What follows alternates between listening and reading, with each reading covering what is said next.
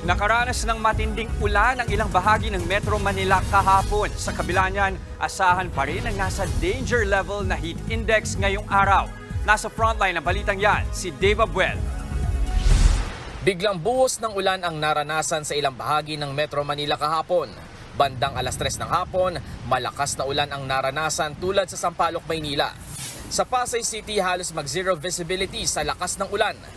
Mabagal naman ang takbo ng mga sasakyan sa Quezon Avenue sa Quezon City dahil sa baha na hanggang gutter ang taas. Sa Taguig City, may kasamang kulog pa ang matinding ulan.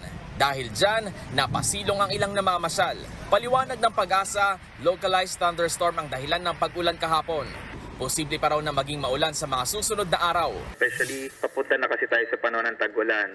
In-expect natin, nangyayari kasi yun mga around June. So dahil doon, ma-expect natin na mas magiging frequent na yung mga localized thunderstorms natin ngayon. Ilang weeks na lang pwedeng magsimula yung tag-ulan. Naunang sinabi ng Pag-asa na nasa transition period na ang bansa mula tag-init patungong panahon ng tag-ulan.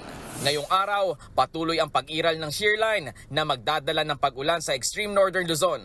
Posible ring makaranas ng pag-ulan ang natitirang bahagi ng bansa, kabilang ang Metro Manila dahil naman sa easterlies. Sa kabila niyan, mananatiling mainit ang panahon ngayong tanghali. Posible pang pumalo ng 46 degrees Celsius ang heat index sa Sangley Point, Cavite at Roa City sa Capiz. 45 degrees Celsius naman sa Iba, Zambales, Legazpi City, Albay at Giwan sa Eastern Samar. Nagbabalita mula sa Frontline, Dave Abuel, News 5. Mga kapatid, Jess De Los Santos po, huwag magpauli sa mga umaaksyong balita at napapanahong issue sa bansa.